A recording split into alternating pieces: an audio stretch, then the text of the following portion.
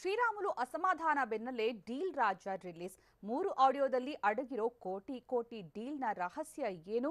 ನಾಳೆಯೇ ಫೈನಲ್ ಆಗುತ್ತಾ ಅನ್ಲಾಕ್ 3.0 ನ ಮಾರ್ಗಸೂಚಿ? ರಾಜಧಾನಿ ಫ್ರೀಡೌನ್ ಬಗ್ಗೆ ಬಿಬಿಎಂಪಿ ಕಮಿಷನರ್ ಕೊಟ್ಟ ಸುಳಿವೇನು? ಇದೆಲ್ಲವನ್ನ ನೋಡೋಣ. ಸಿಸಿಬಿ ವಶಕ್ಕೆ ಪಡೆದಿರೋ ಶ್ರೀರಾಮುಲು ಆಪ್ತನ ಆಡಿಯೋ ಕ್ಲಿಪ್ನಲ್ಲಿ ಏನಿದೆ? ಗುತ್ತಿಗೆದಾರನ ಬಳಿ ರಾಜಣ್ಣ ಡಿಮ್ಯಾಂಡ್ ಮಾಡಿದ ಹಣವೆಷ್ಟು? ಅವಮಾನದ ಬಗ್ಗೆ ಸಮಂಜಸವಾಗಿ ಉತ್ತರಿಸಿದ ಹೇಗೆ ಶ್ರೀರಾಮುಲು? ಇದೆಲ್ಲವನ್ನು ನೋಡೋಣ ವಂಚನೆ ವಾರ್ ನ್ಯೂಸ್ ಎಕ್ಸ್‌ಪ್ರೆಸ್‌ನಲ್ಲಿ. ಸಚಿವ ಶ್ರೀರಾಮುಲು ಪಿಎ ರಾಜಣ್ಣ ವಂಚನೆ ಆರೋಪ ಪ್ರಕರಣಕ್ಕೆ ಸ್ಫೋಟಕ ತೀರ್ಪು ಸಿಕ್ಕಿದೆ. ಶ್ರೀರಾಮುಲು ಪಿಎ ರಾಜಣ್ಣ ಮಾತನಾಡಿರುವ 3 ಆಡಿಯೋ ಸಿಸಿಬಿ ವಶಕ್ಕೆ ಪಡೆದಿದೆ. ನೀರಾವರಿ ಯೋಜನೆಗೆ ಸಂಬಂಧಿಸಿದಂತೆ ರಾಜಣ್ಣ ಡೀಲ್ ಮಾಡಿದ್ದು, ಯೋಜನೆಯೊಂದರ ಕಾಂಟ್ರಾಕ್ಟರ್ ಜೊತೆ ರಾಜಣ್ಣ ಮಾತನಾಡಿದ್ದಾರೆ.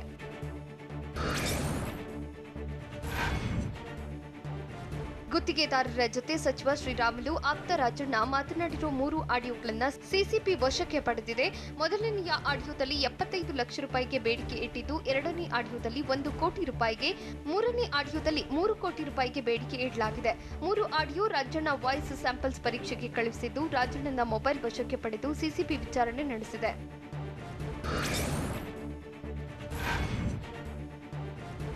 ಕೋಟಿಗೆ ಡಿಮ್ಯಾಂಡ್ ಇಟ್ಟಿರೋ ಆಡಿಯೋಗಳನ್ನ ಸಿಸಿಬಿ ವಶಕ್ಕೆ ಪಡೆದಿದೆ. ಆದರೆ ಆಡಿಯೋದಲ್ಲಿರುವ ಧ್ವನಿ ನಂದಲ್ಲ ಎಂದು ಸಚಿವ ಶ್ರೀರಾಮುಲು ಪಿಎ ರಾಜಣ್ಣ ಹೇಳಿದ್ದಾರೆ.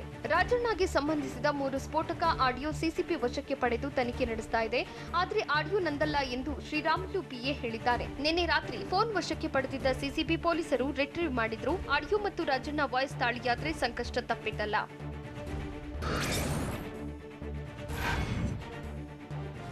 ಸಚಿವ ಶ್ರೀರಾಮುಲು ಆಪ್ತನ ವಂಚನೆ ಪ್ರಕರಣದ ತನಿಖೆ ನಡೆಸುತ್ತಿರುವ ಸಿಸಿಬಿ ಪೊಲೀಸರಿಗೆ ಒತ್ತಡ ಹೆಚ್ಚಾಗುತ್ತಿದೆಯಂತೆ. ರಾಜಣ್ಣನ ಸಂಪರ್ಕದಲ್ಲಿ ಹಲವು ಅಧಿಕಾರಿಗಳು ಮತ್ತು ಗುತ್ತಿಗೆದಾರರು ಇದ್ದಾರೆ. ಸಿಸಿಬಿ ಪೊಲೀಸರು ರಾಜಣ್ಣನ ಮೊಬೈಲ್ ಫೋನ್ ವಶಕ್ಕೆ ಪಡೆದಿದ್ದು, ಮೊಬೈಲ್ನಲ್ಲಿ ಸಾಕಷ್ಟು ಜನರ ಮಾಹಿತಿಗಳು ಲಭ್ಯವಾಗಿದೆ. ಹೀಗಾಗಿ ರಾಜಣ್ಣನ ಸಂಪರ್ಕದಲ್ಲಿದ್ದ ವ್ಯಕ್ತಿಗಳಿಗೆ ನಡುಕ ಶುರುವಾಗಿದೆ. ಅಲ್ಲದೆ ವಂಚನೆ ಪ್ರಕರಣದಲ್ಲಿ ತಮ್ಮ ಹೆಸರು ಉಲ್ಲೇಖಿಸದಂತೆ ಸಿಸಿಬಿ ಪೊಲೀಸರಿಗೆ ಹಲವರು ಒತ್ತಡ ಹೇರ್ತಿದ್ದಾರಂತೆ.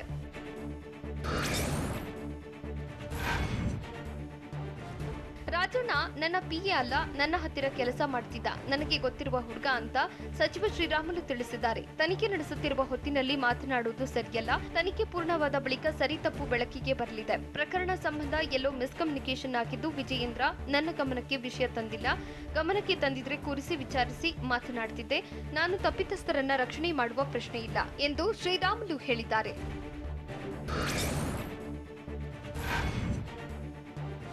ತಮ್ಮ ಆಪ್ತನ ವಿರುದ್ಧ ವಂಚನೆ ಆರೋಪ ಸಂಬಂಧ ಮುಖ್ಯಮಂತ್ರಿ ಬಿಎಸ್ ಯಡಿಯೂರಪ್ಪ ಜೊತೆ ಮಾತನಾಡಿ ವಿವರಣೆ ನೀಡಿದ್ದೇನೆ ಅಂತ ಸಚಿವ ಶ್ರೀರಾಮುಲು ಹೇಳಿದ್ದಾರೆ. ವಿಧಾನಸೌಧದಲ್ಲಿ ಮಾತನಾಡಿದ ಅವರು, ಸಚಿವರ ಬಳಿ ಹಲವಾರು ಜನ ಬರ್ತಿರ್ತಾರೆ, ಹೋಗ್ತಾರೆ. ಯಾರದ್ದು ಹೆಸರು ಹೇಳಿದ್ರೆ ಯಾರಿಗೂ ಗೊತ್ತಾಗುತ್ತಿಲ್ಲ. ಪ್ರಕರಣದ ತನಿಖೆ ನಡೆಯುತ್ತಿದೆ, ಹೀಗಾಗಿ ಹೆಚ್ಚಿಗೆ ಮಾತನಾಡಲ್ಲ ಅಂತ ಹೇಳಿದ್ರು.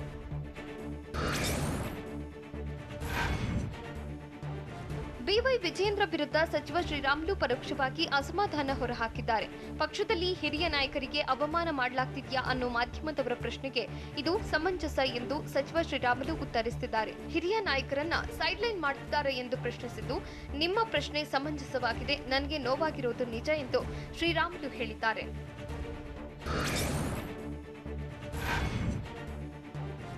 ಸಚಿವ ಶ್ರೀರಾಮುಲು ಆಪ್ತನ ವಿರುದ್ಧ ದೂರು ನೀಡಿದ ವಿಚಾರಕ್ಕೆ ವಿಜಯೇಂದ್ರ ಟ್ವೀಟ್ ಮೂಲಕ ಸ್ಪಷ್ಟನೆ ನೀಡಿದ್ದಾರೆ. ಸಾರ್ವಜನಿಕ ಕ್ಷೇತ್ರದಲ್ಲಿರೋರ ಹೆಸರು ದುರ್ಬಳಕೆಯಾಗ್ತಾ ಇದೆ, ಇದೇ ಕಾರಣಕ್ಕೆ ದೂರು ನೀಡಿದ್ದೇನೆ ಅಂತ ವಿಜಯೇಂದ್ರ ಹೇಳಿದ್ದಾರೆ. ಸಾರ್ವಜನಿಕ ಕ್ಷೇತ್ರದಲ್ಲಿರುವಾಗ ನೆರವು ಕೇಳುವವರನ್ನು ಅನುಮಾನಿಸಿ ನೋಡಲಾಗದು, ಹಾಗೆಂದು ಎಚ್ಚರ ತಪ್ಪಲಾಗದು. ಹೆಸರು ದುರುಪಯೋಗಪಡಿಸಿಕೊಂಡು ಕಳಂಕ ತರುವ ವಂಚಕರಿಂದ ತೊಂದರೆ ತುಸು ಹೆಚ್ಚಾಗಿಯೇ ಬಾಧಿಸುತ್ತೆ. ಇದು ವಿರೋಧಿಗಳಿಗೆ ಅಪಪ್ರಚಾರದ ಸರಕಾಗಿಯೂ ಬಳಕೆಯಾಗ್ತಿದೆ ಎಂದು ವಿಜಯೇಂದ್ರ ಟ್ವೀಟ್ ಮಾಡಿದ್ದಾರೆ.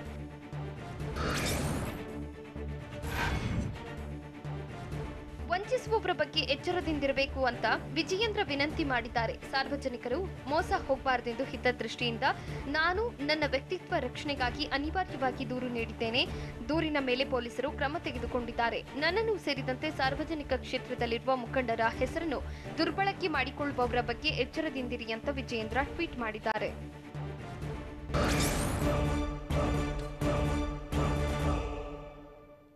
ಡೀಲ್ ರಾಜನ ಕೇಸನ್ನ ಅವಕಾಶವಾಗಿ ಬಳಸಿಕೊಂಡಿದ್ದ ಹೇಗೆ ವಿಜಯೇಂದ್ರ? ಶ್ರೀರಾಮುಲು ಜೊತೆ ಚರ್ಚಿಸದೆ ಏಕಾಏಕಿ ದೂರು ನೀಡಿದ್ದೇಕೆ ಸಿಎಂ ಪುತ್ರ? ರಾಮುಲು ಜೊತೆ ಮಾತುಕತೆ ನಡೆಸಿ ಡ್ಯಾಮೇಜ್ ಕಂಟ್ರೋಲ್ ಮಾಡಿದ ಹೇಗೆ ಸಿಎಂ? ನೋಡೋಣ ಡೀಲ್ ರಾಜ ಡೀಲ್ ನ್ಯೂಸ್ ಎಕ್ಸ್‌ಪ್ರೆಸ್‌ನಲ್ಲಿ.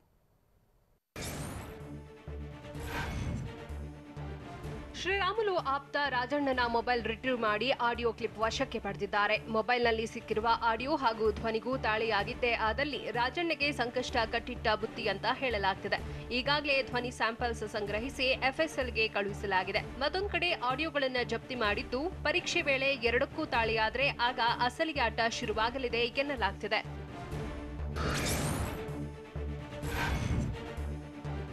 ಸಚಿವ ಶ್ರೀರಾಮುಲು ಆಪ್ತ ರಾಜಣ್ಣನ ನೀರಾವರಿ ಇಲಾಖೆಯ ಡೀಲ್ ಶುರುವಾಗಿದ್ದೇ 5 ತಿಂಗಳ ಹಿಂದೆ. ಜನವರಿ 2ನೇ ತಾರೀಕಿನಿಂದ ಜೂನ್ 26ರವರೆಗೆ ಡೀಲ್ ನಡೆದಿದ್ದು 6 ತಿಂಗಳು ಇಡೀ ವಿಷಯದ ಬಗ್ಗೆ ವಿಜಯೇಂದ್ರ ಮಾಹಿತಿ ಪಡೆದಿದ್ರು. ಜೂನ್ 27ರಂದು ರಾಜಣ್ಣ ಮಾತಾಡಿದ್ದರೆಂಬ ಆಡಿಯೋ ವಿಜಯೇಂದ್ರಗೆ ಸಿಕ್ಕಿತ್ತು. ತಕ್ಷಣ ಜೂನ್ 28ರ ಮಧ್ಯಾಹ್ನ 4 ಗಂಟೆಗೆ ರಾಜಣ್ಣ ವಿರುದ್ಧ ದೂರು ನೀಡಿದ್ದು ಐಟಿ ಆಕ್ಟ್ 66 ಐಪಿಸಿ ಸೆಕ್ಷನ್ 420ರ ಅಡಿ ಎಫ್ಐಆರ್ ದಾಖಲಿಸಲಾಗಿತ್ತು.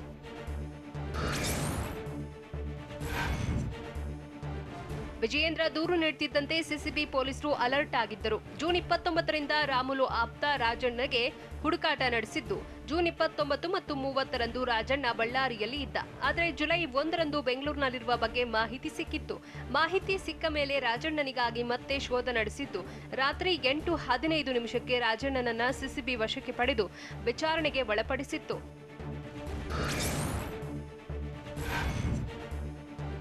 ವಂಚನೆ ಆರೋಪದ ಆರೋಪಿ ರಾಜಣ್ಣ ಸಚಿವ ಶ್ರೀರಾಮುಲು ಆಪ್ತ ಎಂದು ಗೊತ್ತಿದ್ರೂ ಶ್ರೀರಾಮುಲು ಜೊತೆ ಚರ್ಚೆ ನಡೆಸದೆ ವಿಜಯೇಂದ್ರ ನೇರವಾಗಿ ಪೊಲೀಸರಿಗೆ ದೂರು ನೀಡಿದ್ದಾರೆ.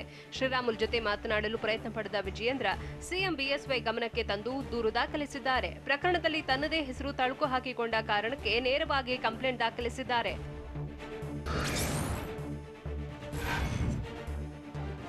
ರಾಮುಲು ಪಿಎ ಎಂದು ಗೊತ್ತಾದ್ರೂ ಚರ್ಚೆ ನಡೆಸಿದ ವಿಜಯೇಂದ್ರ ನಡೆಯ ಹಿಂದೆ ಸಾಕಷ್ಟು ರಾಜಕೀಯ ಲೆಕ್ಕಾಚಾರವಿದೆ. ಸರ್ಕಾರದಲ್ಲಿ ವಿಜಯೇಂದ್ರ ಹಸ್ತಕ್ಷೇಪ ಎಂದು ಆಗಾಗ ಆರೋಪ ಕೇಳಿ ಬರ್ತಿದೆ. ಹೀಗಾಗಿ ತಮ್ಮ ವಿರುದ್ಧದ ಆರೋಪ ಸುಳ್ಳು ಎಂದು ನಿರೂಪಿಸಲು ಸರ್ಕಾರದಲ್ಲಿ ಹಸ್ತಕ್ಷೇಪ ಇಲ್ಲ ಎಂದು ತೋರಿಸಿಕೊಳ್ಳಲು ವಿಜಯೇಂದ್ರ ಯತ್ನಿಸಿದ್ದಾರೆ.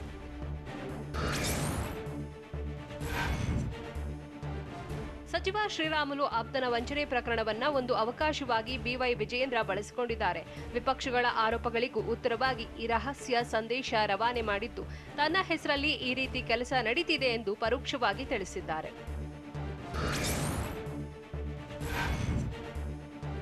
ಮುಖ್ಯಮಂತ್ರಿ ಬಿಎಸ್ ಯಡಿಯೂರಪ್ಪ ಸಚಿವ ಶ್ರೀರಾಮುಲು ಜೊತೆ ಚರ್ಚಿಸಿ ಡ್ಯಾಮೇಜ್ ಕಂಟ್ರೋಲ್ ಮಾಡಿದ್ದಾರೆ. ಪ್ರಕರಣ ಕೈಮೀರುತ್ತಿದ್ದಂತೆ ಸಚಿವ ಶ್ರೀರಾಮುಲ್ಗೆ ಸಿಎಂ ದೂರವಾಣಿ ಕರೆ ಮಾಡಿ ಯಾವುದಕ್ಕೂ ಬೇಸರ ಮಾಡಿಕೊಳ್ಳಬೇಡಿ ಎಂದು ಸಮಾಧಾನ ಮಾಡಿದ್ದಾರೆ. ಅಲ್ಲದೆ ಬಳಿಕ ಶ್ರೀರಾಮುಲು ಜೊತೆ ಚರ್ಚಿಸಿದ್ದಾರೆ.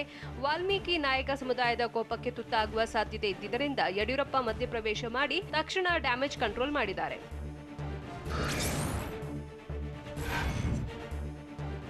ಸಿಎಂ ಬಿಎಸ್ವೈಗೆ ಗೊತ್ತಿದ್ದೇ ಸಿಸಿಬಿ ಕಾರ್ಯಾಚರಣೆ ನಡೆದಿದೆ. ರಾಮುಲು ಆಪ್ತನ ಬಗ್ಗೆ ಯಡಿಯೂರಪ್ಪಗೆ ಎಲ್ಲಾ ಮಾಹಿತಿಯನ್ನ ಕೊಟ್ಟ ಮೇಲೆಯೇ ವಿಜಯೇಂದ್ರ ದೂರು ದಾಖಲಿಸಿದ್ದಾರೆ. ಅಲ್ಲದೆ ರಾಮುಲು ಪಿಎ ವಶಕ್ಕೆ ಪಡೆಯುವ ಬಗ್ಗೆ ಕಾರ್ಯಾಚರಣೆ ಬಗ್ಗೆಯೂ ಸಿಎಂಗೆ ಮಾಹಿತಿ ಸಿಕ್ಕಿತ್ತು.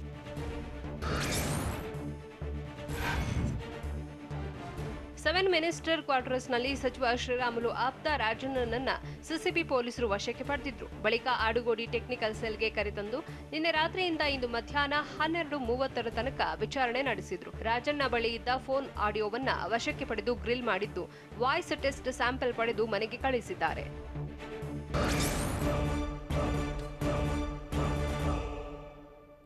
ಸೋಮವಾರದಿಂದಲೇ ಕರುನಾಡು ಕಂಪ್ಲೀಟ್ ಅನ್ಲಾಕ್ ಆಗುತ್ತಾ?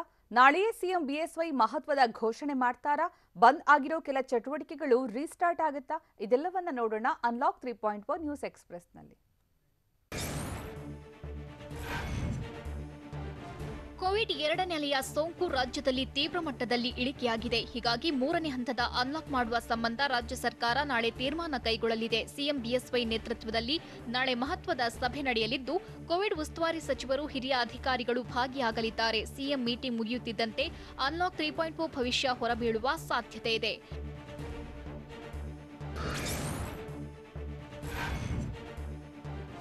ಬೆಂಗಳೂರು ಸೇರಿ ಇಡೀ ಕರುನಾಡು ಕಂಪ್ಲೀಟ್ ಅನ್ಲಾಕ್ ಆಗುವ ಸಾಧ್ಯತೆ ಇದೆ. ಅನ್ಲಾಕ್ 2.0 ಬಳಿಕ ಜನರಿಗೆ ಮತ್ತಷ್ಟು ರಿಲೀಫ್ ಸಿಗಲಿದ್ದು ಹೊಸ ಅನ್ಲಾಕ್ ಮಾರ್ಗಸೂಚಿಯಲ್ಲಿ ಏನೇನು ಇರಲಿದೆ ಅನ್ನೋದು ಕುತೂಹಲ ಮೂಡಿಸಿದೆ. ಈ ಬಾರಿಯ ಅನ್ಲಾಕ್ನಲ್ಲಿ ಯಾವುದಕ್ಕೆಲ್ಲ ವಿನಾಯಿತಿ ಸಿಗಲಿದೆ, ಅನ್ಲಾಕ್ ರಿಲೀಫ್ನಲ್ಲಿ ಹೊಸ ಮಾರ್ಗಸೂಚಿಯಾದ್ರೂ ಏನು ಅನ್ನೋದು ನಾಳೆಯೇ ನಿರ್ಧಾರವಾಗಲಿದೆ.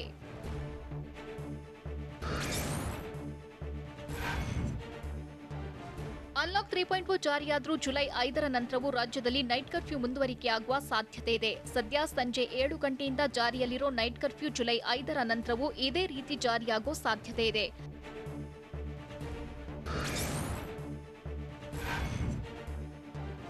ಅನ್ಲಾಕ್ 3.0 ನಲ್ಲಿ ವೀಕೆಂಡ್ ಕರ್ಫ್ಯೂವನ್ನ ಅಂತ್ಯಗೊಳಿಸುವ ಸಾಧ್ಯತೆ ಇದೆ. ವೀಕೆಂಡ್ ಕರ್ಫ್ಯೂ ಬಿಟ್ಟು ಕೇವಲ ನೈಟ್ ಕರ್ಫ್ಯೂ ಮುಂದುವರಿಸಲು ಸರ್ಕಾರ ಚಿಂತನೆ ನಡೆಸಿದ್ದು, ನಾಳೆಯೇ ಅಂತಿಮ ತೀರ್ಮಾನ ಕೈಗೊಳ್ಳಲಿದೆ. ಹೀಗಾಗಿ ರಾಜ್ಯದಲ್ಲಿ ವೀಕೆಂಡ್ ಕರ್ಫ್ಯೂ ಈಗಲಾದ್ರೂ ಕೊನೆಯಾಗುತ್ತಾ, ವಾರಾಂತ್ಯದಲ್ಲಿ ನೆಮ್ಮದಿಯಾಗಿ ಓಡಾಡಬಹುದಾ ಅಂತ ಜನ ನಿರೀಕ್ಷೆ ಇಟ್ಕೊಂಡಿದ್ದಾರೆ.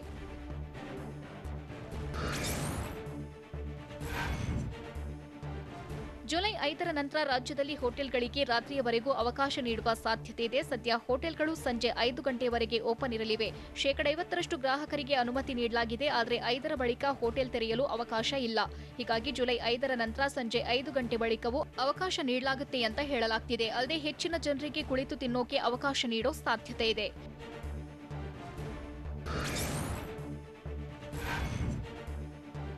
ಜುಲೈ 5ರ ಬಳಿಕ ಎಣ್ಣೆ ಪ್ರಿಯರಿಗೆ ಮತ್ತಷ್ಟು ಗುಡ್ ನ್ಯೂಸ್ ಫಿಕ್ಸ್ ಆಗಿದೆ. ಬಾರ್ನಲ್ಲೇ ಕುಳಿತು ಮದ್ಯ ಸೇವಿಸಲು ಅವಕಾಶ ಸಿಗುವ ಸಾಧ್ಯತೆ ಇದೆ. 50% ಗ್ರಾಹಕರಿಗೆ ಅವಕಾಶ ನೀಡಿ ಓಪನ್ಗೆ ಗ್ರೀನ್ ಸಿಗ್ನಲ್ ನೀಡಲಿದೆ ಅಂತ ಹೇಳಲಾಗ್ತಿದೆ. ಆದರೆ ಬಾರ್ಗಳಲ್ಲಿ ಟೇಬಲ್ ಸರ್ವಿಸ್ಗೆ ಮಾತ್ರ ಅವಕಾಶ ಕೊಡೋಕೆ ಸರ್ಕಾರ ತೀರ್ಮಾನಿಸಿದ್ಯಂತೆ. ಸದ್ಯ ಬಾರ್ ಅಂಡ್ ರೆಸ್ಟೋರೆಂಟ್ನಲ್ಲಿ ಎಣ್ಣೆ ಪಾರ್ಸೆಲ್ಗಷ್ಟೇ ಅವಕಾಶವಿದೆ.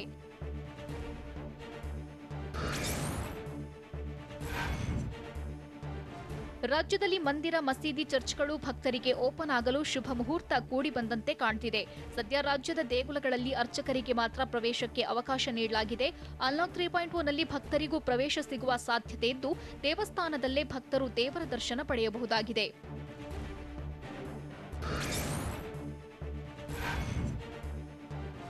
ರಾಜ್ಯದಲ್ಲಿ ಮುಂದಿನ ಸೋಮವಾರದಿಂದ 3ನೇ ಹಂತದ ಅನ್ಲಾಕ್ ಜಾರಿಯಾಗ್ತಿದ್ದು, ಸುರಕ್ಷತಾ ಕ್ರಮ ಅನುಸರಿಸಿ ದೇಗುಲ ಓಪನ್ಗೆ ಚಿಂತನೆ ನಡೆಸಲಾಗಿದೆ. ಪಾಸಿಟಿವಿಟಿ ಕಡಿಮೆ ಇರೋ ಕಡೆ ದೇಗುಲ ಓಪನ್ಗೆ ವಿನಾಯಿತಿ ನೀಡೋ ಸಾಧ್ಯತೆ ಇದೆ. ಈ ಬಗ್ಗೆ ಟಿವಿ9ಗೆ ಸಚಿವ ಕೋಟ ಶ್ರೀನಿವಾಸ್ ಪೂಜಾರಿ ಪ್ರತಿಕ್ರಿಯೆ ನೀಡಿದ್ದು, ದೇವಸ್ಥಾನಗಳಲ್ಲಿ 50% ಅವಕಾಶ ನೀಡಲು ಆಗಲ್ಲ, ಟೋಕನ್ ವ್ಯವಸ್ಥೆ ಸಹ ಮಾಡಲು ಆಗೋದಿಲ್ಲ ಅಂತ ಹೇಳಿದ್ದಾರೆ. ಅಲ್ಲದೆ ಸೀಮಿತ ಸಾಂಕೇತಿಕ ಪೂಜೆಗಳಿಗೆ ಅವಕಾಶ ನೀಡುವ ಬಗ್ಗೆ ಆರೋಗ್ಯ ಇಲಾಖೆ ಅಧಿಕಾರಿಗಳ ಜೊತೆ ಚರ್ಚೆ ಮಾಡಿದ್ದೇವೆ ಎಂದು ತಿಳಿಸಿದ್ದಾರೆ.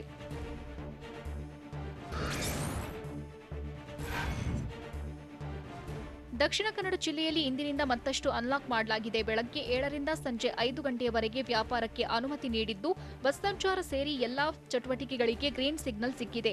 ಜಿಲ್ಲೆಯಲ್ಲಿ ಶನಿವಾರ, ಭಾನುವಾರ ವೀಕೆಂಡ್ ಕರ್ಫ್ಯೂ ಜಾರಿಯಾಗಲಿದ್ದು, ವಾರಾಂತ್ಯದಲ್ಲಿ ಬೆಳಗ್ಗೆ 6 ಗಂಟೆಯಿಂದ ಮಧ್ಯಾಹ್ನ 2 ಗಂಟೆಯವರೆಗೆ ಅಗತ್ಯ ವಸ್ತು ಖರೀದಿಗಷ್ಟೇ ಅವಕಾಶ ನೀಡಲಾಗಿದೆ. ಆದರೆ ವೀಕೆಂಡ್ ಕರ್ಫ್ಯೂ ವೇಳೆ ಬಸ್ ಸಂಚಾರಕ್ಕೂ ಅವಕಾಶವಿಲ್ಲ.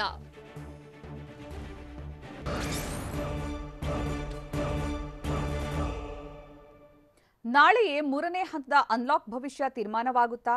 ಮುಚ್ಚಿರುವ ಮಾಲ್ ತೆರೆಯುತ್ತಾ? ಖರೀದಿ ಅವಧಿ ಹೆಚ್ಚುತ್ತಾ? ಬಾರ್ ಪಬ್ನಲ್ಲಿ ಕುಳಿತು ಪಾರ್ಟಿ ಮಾಡಬಹುದಾ? ಇದೆಲ್ಲವನ್ನ ನೋಡೋಣ ನಾಳೆ ಭವಿಷ್ಯ ನ್ಯೂಸ್ ಎಕ್ಸ್‌ಪ್ರೆಸ್‌ನಲ್ಲಿ. ಸೋಮವಾರದಿಂದಲೇ ಕರುನಾಡು ಕಂಪ್ಲೀಟ್ ಅನ್ಲಾಕ್ ಆಗಲು ಕೌಂಟೌನ್ ಶುರುವಾದಂತಿದೆ. ಜುಲೈ 5ರಿಂದ ಹೊಸ ಲೈವ್ ಶುರುವಾಗಲಿದ್ದು, ಬೆಂಗಳೂರು ಸೇರಿ ಕರುನಾಡು ಮತ್ತಷ್ಟು ಫ್ರೀಡೌನ್ ಆಗಲಿದೆ. ನಾಳೆಯೇ ಅನ್ಲಾಕ್ 3.0 ಭವಿಷ್ಯ ಫೈನಲ್ ಆಗಲಿದ್ದು, ಮುಖ್ಯಮಂತ್ರಿ ಬಿಎಸ್ ಯಡಿಯೂರಪ್ಪ ಮಹತ್ವದ ಘೋಷಣೆ ಮಾಡೋ ಸಾಧ್ಯತೆ ಇದೆ.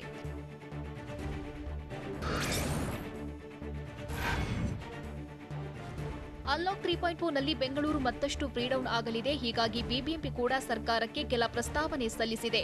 ಮಾರುಕಟ್ಟೆ ಸೇರಿದಂತೆ ಜನದಟ್ಟಣೆ ಪ್ರದೇಶಗಳಲ್ಲಿ ಹೆಚ್ಚಿನ ಸಂಖ್ಯೆಯಲ್ಲಿ ಮಾರ್ಷಲ್ಗಳ ನಿಯೋಜನೆಗೆ ಪಾಲಿಕೆ ಸಿದ್ಧತೆ ನಡೆಸಿದೆ. ಕೋವಿಡ್ ಮಾರ್ಗಸೂಚಿಗಳನ್ನು ಉಲ್ಲಂಘಿಸುವ ಮಳಿಗೆಗಳು, ಅಂಗಡಿಗಳ ಮಾಲೀಕರು ಮತ್ತು ಗ್ರಾಹಕರಿಗೆ ದಂಡ ವಿಧಿಸಲಿದೆ.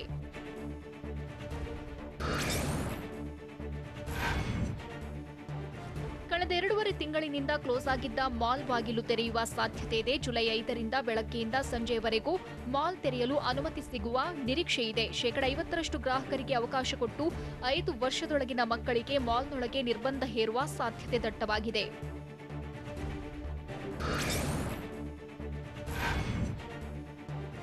ಕೋವಿಡ್-19ನ 3ನೇ ಹಂತದ ಸಡಿಲಿಕೆಯಲ್ಲಿ ದೊಡ್ಡ ಮಾರುಕಟ್ಟೆಗಳು ಮತ್ತೆ ಓಪನ್ ಆಗೋ ಸಾಧ್ಯತೆ ಇದೆ.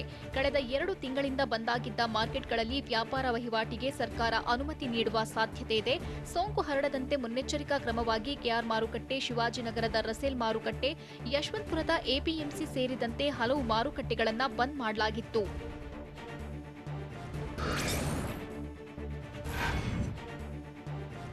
ಮಾರ್ಕೆಟ್ ಟೈಮಿಂಗ್ನಲ್ಲಿ ರಾಜ್ಯ ಸರ್ಕಾರ ಬದಲಾವಣೆ ಮಾಡುವ ನಿರೀಕ್ಷೆ ಇದೆ. ಸದ್ಯ ಸಂಜೆ 5ರವರೆಗೆ ಮಾತ್ರ ಓಪನ್ ಇರೋ ಮಾರ್ಕೆಟ್ಗಳನ್ನು ರಾತ್ರಿ 11ರವರೆಗೂ ತೆರೆಯಲು ಅವಕಾಶ ಸಿಗುತ್ತೆ ಅಂತ ಹೇಳಲಾಗ್ತಿದೆ.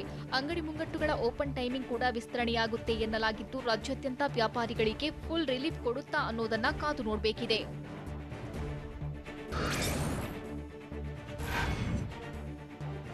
ಅನ್ಲಾಕ್ 3.0ನಲ್ಲಿ ಥಿಯೇಟರ್ಗಳಿಗೆ ಜುಲೈ 5ರಿಂದ ರಿಲೀಫ್ ಸಿಗೋದು ಅನುಮಾನವಾಗಿದೆ. 3ನೇ ಹಂತದ ಅನ್ಲಾಕ್ನಲ್ಲೂ ಸಿನಿ ಪ್ರಿಯರಿಗೆ ನಿರಾಸೆ ಪಕ್ಕಾ ಆಗಿದ್ದು, 50% ಪ್ರೇಕ್ಷಕರಿಗೂ ಅವಕಾಶ ನೀಡೋದು ಅನುಮಾನವಾಗಿದೆ. ಹೆಚ್ಚು ಜನ ಸೇರೋದ್ರಿಂದ ಕೊರೋನಾ ಸ್ಫೋಟವಾಗುವ ಆತಂಕದಿಂದ ಚಿತ್ರಮಂದಿರಗಳು ಮತ್ತಷ್ಟು ದಿನ ಲಾಕ್ ಆಗೋ ಸಾಧ್ಯತೆ ಇದೆ.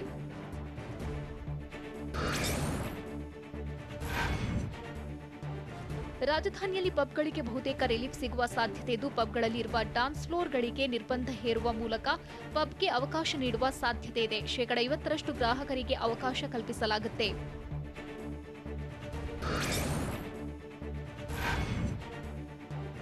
ರಾಜ್ಯದಲ್ಲಿ ಸ್ವಿಮ್ಮಿಂಗ್ ಪೂಲ್ಗಳು ಮತ್ತಷ್ಟು ದಿನ ಬಂದಾಗಿರಬೇಕಾಗಿರುವುದು ಪಕ್ಕಾ ಆಗಿದೆ. ಕೊರೋನಾ ಹರಡೋದನ್ನ ನಿಯಂತ್ರಿಸಲು ಸ್ವಿಮ್ಮಿಂಗ್ ಪೂಲ್ ಪುನಃ ಪ್ರಾರಂಭಿಸಲು ಸರ್ಕಾರ ಅನುಮತಿ ನೀಡೋ ಸಾಧ್ಯತೆ ಕಡಿಮೆ ಇದೆ. ಆದರೆ ಒಳಾಂಗಣ ಕ್ರೀಡೆಯಾದ ಟೇಬಲ್ ಟೆನಿಸ್ಗೆ ಅವಕಾಶ ಸಿಗೋ ಸಾಧ್ಯತೆ ಇದೆ.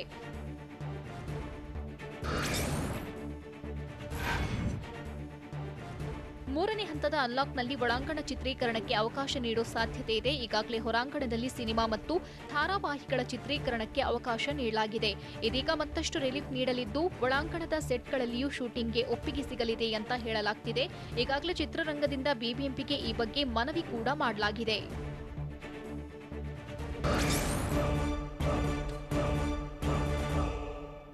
ಬೆಂಗಳೂರು ಫ್ರೀಡೌನ್ ಬಗ್ಗೆ ಬಿಬಿಎಂಪಿ ಕಮಿಷನರ್ ಸುಳಿವು ನೀಡಿದ್ದೇನು? ನನ್ನ ಲೆವೆಲ್ ಇದಲ್ಲ ಅಂತ ಡಿಕೆಶಿ ಹೇಳಿದ್ದೇಕೆ? ಮುಂದಿನ ಸಿಎಂ ಜಟಾಪಟಿ ಬಗ್ಗೆ ಸಿದ್ದರಾಮಯ್ಯ ಸ್ಪಷ್ಟನೆ ನೀಡಿದ್ದೇನು? ನೋಡೋಣ ಸಮಗ್ರ ನ್ಯೂಸ್ ಎಕ್ಸ್‌ಪ್ರೆಸ್‌ನಲ್ಲಿ.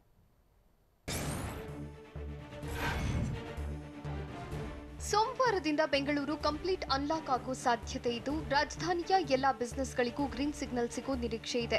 ಸೋಂಕಿತರ ಸಂಖ್ಯೆ ಕಡಿಮೆಯಾದ ಕಾರಣ ಬೆಂಗಳೂರಿನಲ್ಲಿ ಎಲ್ಲಾ ಚಟುವಟಿಕೆಗಳನ್ನು ಓಪನ್ ಮಾಡಬೇಕಿದೆ ಅಂತ ಬಿಬಿಎಂಪಿ ಮುಖ್ಯ ಆಯುಕ್ತ ಗೌರವ್ ಗುಪ್ತಾ ಹೇಳಿದ್ದಾರೆ.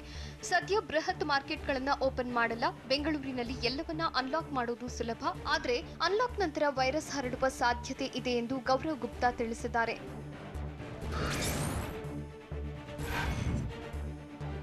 ಬಿಬಿಎಂಪಿ ಮುಖ್ಯ ಆಯುಕ್ತ ಗೌರವ್ ಗುಪ್ತಾ ಕರ್ಫ್ಯೂ ಸಡಿಲಿಕೆ ಸುಳಿವು ನೀಡಿದ್ದಾರೆ. ಬೆಂಗಳೂರಲ್ಲೂ ಕೊರೋನಾ ಸೋಂಕಿತರ ಸಂಖ್ಯೆ ಕಡಿಮೆಯಾಗಿದೆ. ನೈಟ್ ಕರ್ಫ್ಯೂ, ವೀಕೆಂಡ್ ಕರ್ಫ್ಯೂ ಸಡಿಲಿಕೆ ಮಾಡಬೇಕಿದೆ. ಈ ಬಗ್ಗೆ ಅಧಿಕಾರಿಗಳ ಹಂತದಲ್ಲಿ ತೀರ್ಮಾನ ತೆಗೆದುಕೊಳ್ತೇವೆ ಅಂತ ಗೌರವ್ ಗುಪ್ತಾ ಹೇಳಿದ್ದಾರೆ.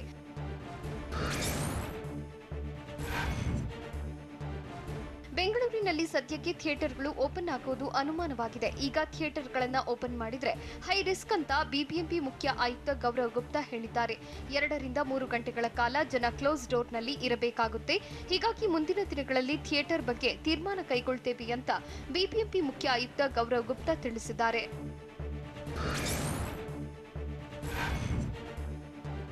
ಶ್ರೀರಾಮುಲು ವಿಜಯೇಂದ್ರ ವಿಚಾರವನ್ನ ಮಾತನಾಡುವುದು ನನ್ನ ಲೆವೆಲ್ ಅಲ್ಲ ಅಂತ ಕೆಪಿಸಿಸಿ ಅಧ್ಯಕ್ಷ ಡಿಕೆ ಶಿವಕುಮಾರ್ ತಿಳಿಸಿದ್ದಾರೆ.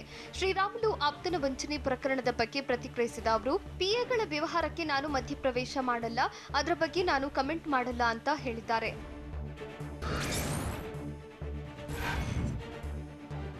ರಾಜ್ಯದಲ್ಲಿರೋದು 20 ರಿಂದ 25% ಸರ್ಕಾರ ಎಂದು ವಿಪಕ್ಷ ನಾಯಕ ಸಿದ್ದರಾಮಯ್ಯ ವ್ಯಂಗ್ಯವಾಡಿದ್ದಾರೆ. ಕೊರೋನಾ ಸೋಂಕಿನಿಂದ ಮೃತಪಟ್ಟವರ ಕುಟುಂಬ ಸದಸ್ಯರಿಗೆ ಪರಿಹಾರ ನೀಡಬೇಕು ಎಂದು ನಾವು ಒತ್ತಾಯಿಸಿದ್ದೇವೆ. ಇದೇ ವಿಚಾರ ಸುಪ್ರೀಂ ಕೋರ್ಟ್ ಹೇಳಿದೆ.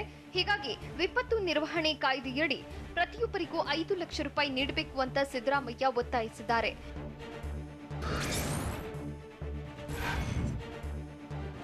ರಾಜ್ಯ ಕಾಂಗ್ರೆಸ್ನಲ್ಲಿ ಮುಂದಿನ ಸಿಎಂ ವಿಚಾರ ಭಾರೀ ಜಟಾಪಟಿಗೆ ಕಾರಣವಾಗಿತ್ತು. ಇದಕ್ಕೆ ವಿಪಕ್ಷ ನಾಯಕ ಸಿದ್ದರಾಮಯ್ಯರೇ ತಾತ್ಕಾಲಿಕವಾಗಿ ಬ್ರೇಕ್ ಹಾಕಿದ್ದಾರೆ.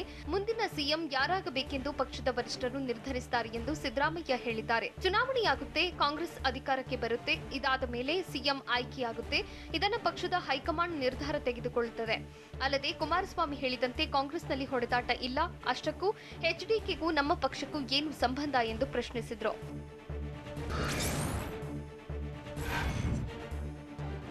ಸಿಎಂ ಬಿಎಸ್ವೈ ಮತ್ತು ವಿಜಯೇಂದ್ರ ವಿರುದ್ಧ ವಿಪಕ್ಷ ನಾಯಕ ಸಿದ್ದರಾಮಯ್ಯ ವಾಗ್ದಾಳಿ ನಡೆಸಿದ್ದಾರೆ. ದಾವಣಗೆರೆಯಲ್ಲಿ ಮಾತನಾಡಿದ ಅವರು, ವಾಸ್ತವದಲ್ಲಿ ಬಿಎಸ್ ಯಡಿಯೂರಪ್ಪ ಮುಖ್ಯಮಂತ್ರಿಯಲ್ಲ, ನಿಜವಾದ ಸಿಎಂ ವಿಜಯೇಂದ್ರ ಆಗಿದ್ದಾರೆ ಅಂತ ಆರೋಪಿಸಿದ್ರು. ಯಡಿಯೂರಪ್ಪ ಕುಟುಂಬ ಭ್ರಷ್ಟಾಚಾರದಲ್ಲಿ ಮುಳುಗಿದೆ. ವಿಜಯೇಂದ್ರ ಪ್ರತಿ ಕೆಲಸಕ್ಕೆ 20% ಲಂಚ ಪಡಿತಾರೆ. ಚೆಕ್ ಮೂಲಕ ಲಂಚ ಪಡೆಯೋದು ಬಿಜೆಪಿಗೆ ಹೊಸದಲ್ಲ ಅಂತ ಸಿದ್ದರಾಮಯ್ಯ ಕಿಡಿಕಾರಿದ್ದಾರೆ.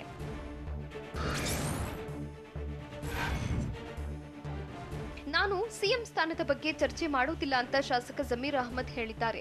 ನಮ್ಮ ನಾಯಕ ಸಿದ್ದರಾಮಯ್ಯ ಸೂಚನೆ ನೀಡಿದ್ದಾರೆ, ಹೀಗಾಗಿ ನಾನು ಮಾತನಾಡಲ್ಲ. ಈ ಬಗ್ಗೆ ಜನರು ಮತ್ತು ಹೈಕಮಾಂಡ್ ತೀರ್ಮಾನಿಸುತ್ತೆ. ಜನಾಭಿಪ್ರಾಯ ಇರುವವರು ಮುಖ್ಯಮಂತ್ರಿ ಆಗ್ತಾರೆ. ನಮಗೆ ಈ ಬಗ್ಗೆ ಮಾತನಾಡದಂತೆ ಸೂಚನೆ ನೀಡಿದ್ದಾರೆ, ಹೀಗಾಗಿ ನಾನು ಯಾವುದೇ ಕಾರಣಕ್ಕೂ ಚರ್ಚೆ ಮಾಡಲ್ಲ ಎಂದು ಜಮೀರ್ ಅಹಮದ್ ಹೇಳಿದ್ದಾರೆ. ವಿಪಕ್ಷ ನಾಯಕ ಸಿದ್ದರಾಮಯ್ಯ ಹೇಳಿದಂತೆ ನಾನು ನಡೆದುಕೊಳ್ತೇನೆ ಅಂತ ಶಾಸಕ ಜಮೀರ್ ಅಹಮದ್ ಹೇಳಿದ್ದಾರೆ. ಮುಖ್ಯಮಂತ್ರಿ ಸ್ಥಾನದ ಬಗ್ಗೆ ಹಲವು ಹೇಳಿಕೆ ನೀಡಿದ್ದಾರೆ. ಅಲ್ಪಸಂಖ್ಯಾತರಲ್ಲಿ ಸಿಎಂ ಇಬ್ರಾಹಿಂಗೆ ಕೊಡಿ ಅಂತಾರೆ. ತನ್ವೀರ್ ಸೇಠ್ ತಾನು ಮುಖ್ಯಮಂತ್ರಿ ಎಂದು ಹೇಳಿದ್ದಾರೆ. ಇತ್ತ ಲಿಂಗಾಯತರಲ್ಲಿ ನಮಗೆ ಕೊಡಿ ಅಂತ ಎಂಟಿಬಿ ಹೇಳ್ತಿದ್ದಾರೆ.